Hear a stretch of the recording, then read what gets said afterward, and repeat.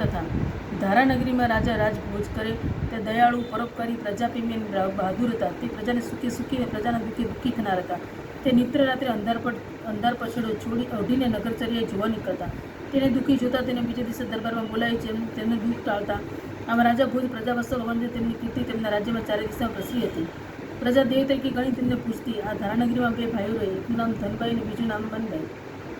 તેઓ બંને નજીક નજીકના ફળિયામાં રહેતા હતા. ધનભાઈ એકવાર મુશ્કેલીમાં આવી ગઈ ત્યારે રાજા ભોજે મદદ કરેલી. આથી તે ભોજ રાજાને ભગવાન કરતાં પણ વધુ આદર અને પ્રેમ રાખતી. જ્યારે પણ રાજાની સવારે નગરમાંથી નીકળતી ત્યારે બધા કામ મૂકી તેના દર્શને દોડી જતી.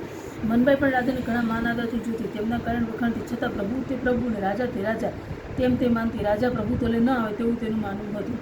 ધનભાઈ અને માનભાઈ બંને ધાર્મિક વૃત્તિના હતા. સારા કાર્યો બંને આગળ પડતો ભાગ લેતા. કોઈ દુખિયારી બહેનને જોતા તો તેને સહાય કરવા પાછા ન પડતા. એવામાં અધિક પુરુષોત્તમ માસ આવ્યો. બંને પુરુષોત્તમ માસ ભગવાન વ્રત ચાલુ કર્યું. બંને સવારે નદી સ્નાન કરવા જાય, કાંઠા કરવાનું પૂજન કરે, કથા વાર્તા સાંભળી દાન દક્ષિણા આપે. ધનભાઈ અને માનભાઈ જ્યારે ચીકાની બે બાજુ હોય તેમ દેખાય. ફક્ત તેમાં થોડો ફેર હતો. ધનભાઈને ભોજ રાજા પ્રત્યે અપાર હેત હતું. તે તેમને ભગવાન તુલ્ય સમજતા. જ્યારે મનભાઈને પણ હેત તો હતું, પણ તે ભગવાનને પ્રથમ સ્થાન આપતી. તે વ્રત દરમિયાન પુરુષોત્તમ ભગવાનનું સતત રટણ કર્યા કરતી. દરરોજ પ્રાતઃકાળે નદી સ્નાન કરતી હતી. ધનભાઈ સૂર્ય સામે હાથ જોડીને બોલે, હે પુરુષોત્તમ ભગવાન ફળજો ભોજ ગોપાળ. જ્યારે મનભાઈ હાથ જોડીને બોલે, ફળજો નંદ ગોપાળ. આમ બંને બાઈ ધનભાઈ અને મનભાઈ સૂર્યદેવ સમક્ષ સ્નાન કરતી હતી. જુદી જુદી પ્રાર્થનાઓ કરતી. ધનભાઈ માનતી કે ભગવાનને રીઝાવે તો ઘણા જપ તપ કરવા પડે, વળી પ્રભુ સાંભળે પણ ખરા અને ન પણ સાંભળે. જ્યારે રાજા તો તરત રીઝી જાય, કેમ કે તે હાજર હોવાથી તે તરત ફળશે.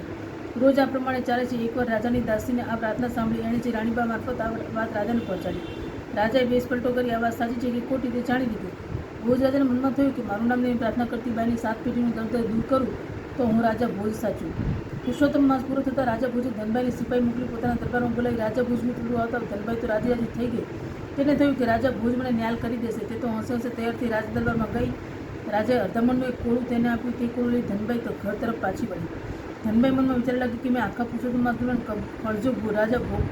ફળજો ભોજ ગોપાળ કહી રહી હતી, ત્યારે છેવટે ભોજ રાજા મને અર્ધામણનું કોળું આપ્યું. મારા મનમાં તો હતું કે તે મને પુષ્કળ સોનો મહિરો આપશે. હવે અર્ધામણના 8 આનાના કોળાને શું કરું? તે તો સીધી ગઈ ઓળખીતા કાચીની દુકાને અને તેને કોળું 8 આનામાં વેચી દીધું. મનમાં અસંતોષ સાથે તે ઘેર પહોંચી. આ બાજુ પુરુષોત્તમ માસ પૂરો થતાં મનભાઈને બ્રાહ્મણને જમાડવાનું નક્કી કર્યું. તે બજારમાં શાક લેવા ગઈ. તેની નજરે પહેલાં અર્ધમણનું કોળું પડતા તે 12 આનામાં તે વેપારી પાસેથી ખરીદ કરી લીધું. બધો સરસામાન લઈ મનભાઈ ઘરે આવી. તેણે બધા બ્રાહ્મણને નોતરા દઈ દીધા. સાંજે બધા જમવા આવવાના હતા એટલે તેણે રસોઈની તૈયારી કરવા માંડી. તેણે કોળું સમારવા માંડ્યું કે અંદરથી ખડીંગ કરતી સોનામરો નીચે પડવા લાગી. મનભાઈ વિસ્મયથી જોઈ હતી. તેના પગ આગળ 125 સોનામરોનો ઢગલો થયો. મનભાઈ સમજી ગઈ કે આ પુરુષોત્તમ ભગવાનની કૃપાનું ફળ છે. તેણે તો 5 બ્રાહ્મણોને જમવાના નોતરા આપ્યા હતા. હવે દ્રવ્ય હાથમાં આવતા તેણે તો તાબડતોબ 25 બ્રાહ્મણોને આમંત્રણ આપી. પોતાને ત્યાં જમવાનું હતા. તેણે તો તડામાર તૈયારી કરી. સાંજના 25 બ્રાહ્મણોને જમાડી સારી દક્ષિણા આપી. બ્રાહ્મણ તો મનભાઈની જય બોલાતા પોતાના ઘરે ગયા. રાજા ભોજને પોતાના ગુપ્તચર દ્વારા જાણવા મળ્યું કે આજે તો મનભાઈની જય બોલાય છે.